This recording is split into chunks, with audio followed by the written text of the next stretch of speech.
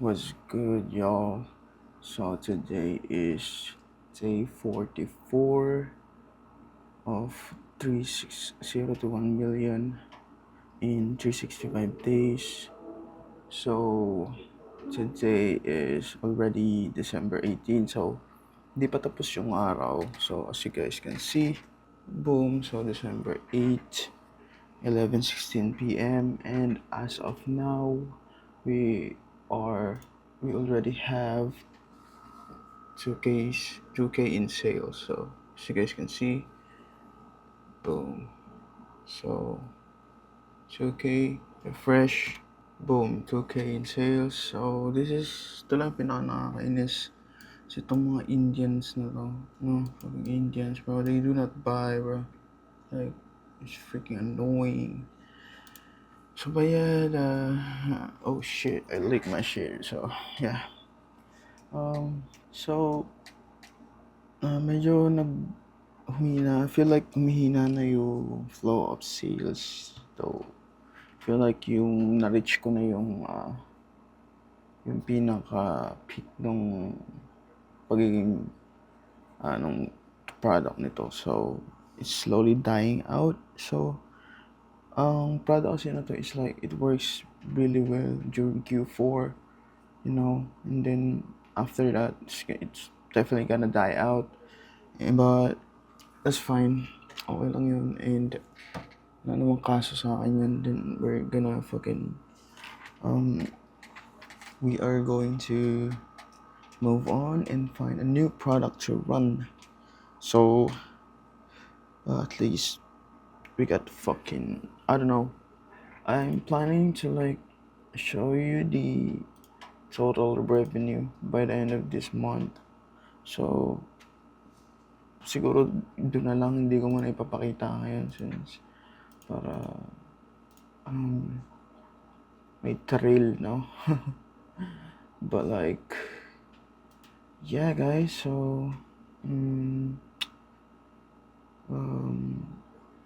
lang naman, quick update lang to. Actually, kakauwi ko lang siguro like 3 hours ago. Galing akong sa jeep ko sa Taytay. So uwi na ako and then napag-work na ako a little bit. And yeah,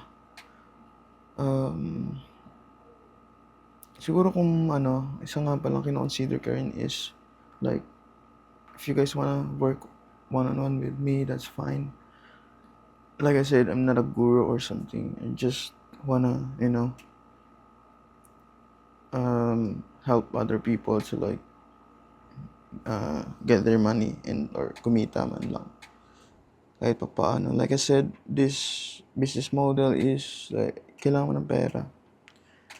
Yung mga taong nagsasabi na hindi kailangan ng pera na sa e-commerce is fucking lie unless you're doing affiliates and shit sa TikTok. Pero ito kasi, it's the same thing but this kailangan mo mapag-usap sa supplier. So it's like a real business, no? Treat mo to like a real business, no? So yun, if you guys wanna work one-on-one with me, okay din at least, but there's a catch, you're gonna pay for my time, no? Kasi may nagtatanong sa akin na gusto daw nila mag-work with me, bro. Kailangan mo maglabas ng pera. I'm gonna teach you for free kasi busy rin akong tao, no? So, yun lang. Wala akong course. Siguro one-on-one. Ganun. So, para matutukan ko, no? So, and then it's not cheap. It's not cheap. Promise you. I paid fucking for mentorship for this one. So, hindi rin cheap yung isisingin ko if ever mag-open ako ng mentorship or some shit. But, feel like hindi. No, since hindi ko pa natin tatarget yung goal ko. No?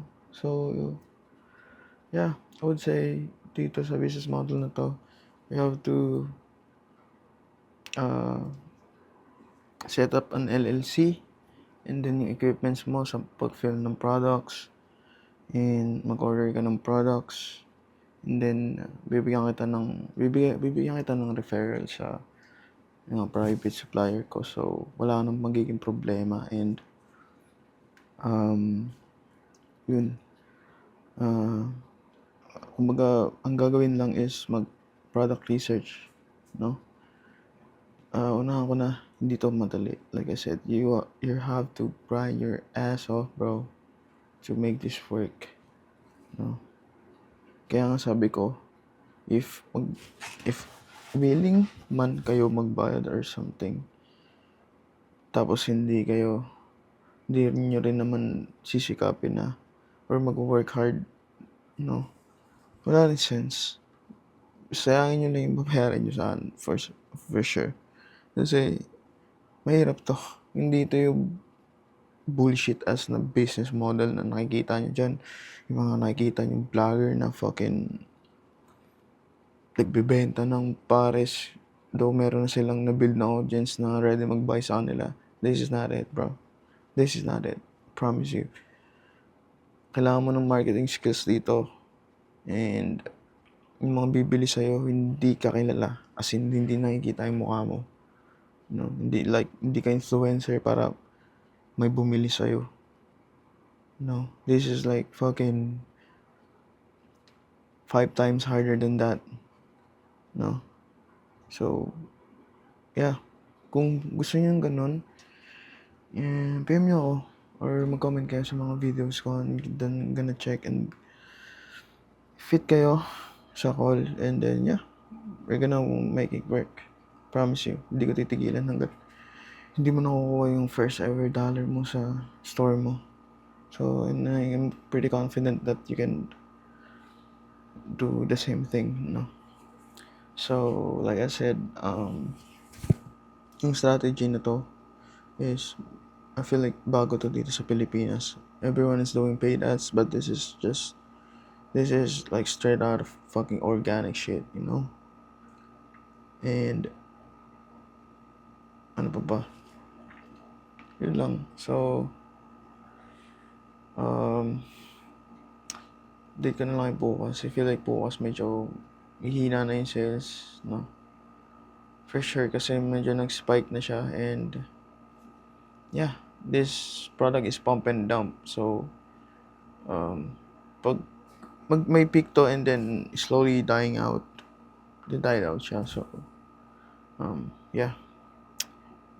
Siguro, makakait pa rin tayo ng $500 a day or 300, which is good. Okay na yun.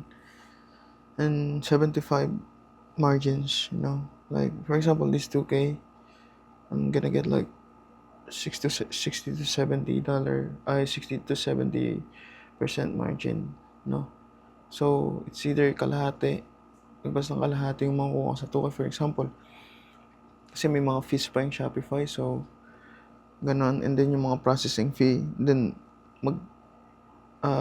magbabayad daw na lang sa 50% na lang yung magiging margin nyo. For example, this 2K, I'm gonna get fucking 1K. So, for sure yung 1K. So, yeah. And, like I said, kahit kumita ka dito araw-araw ng fucking $100 day, that's fine, bro. Kasi, unang-una, you don't have to fucking work 8 hours a day to, you know, slave your way, you know, or maging slave sa mga 9 to 5 or 8 to 5 jobs. So, hindi mo need maging slave, no? Magtrabaho ng 8 hours. So, usually, trabaho lang ako.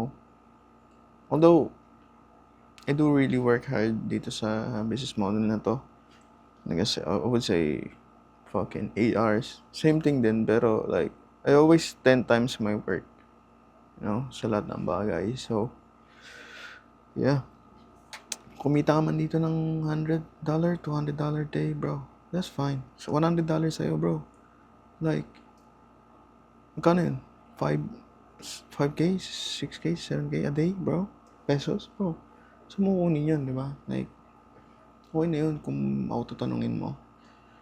Kaya nga, binigyan ko yung sarili ko na 365 days out of uh, 0 to 1 million in 365 days, no? In profit, hindi yun revenue.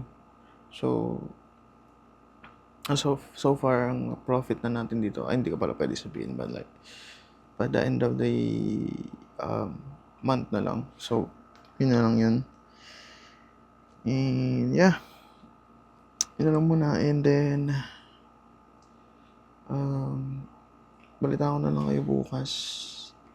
If okay ba yung sales, if not, kung kumita man ako $200 day or $300, $400, $300 to $500 day, why na yun sa akin?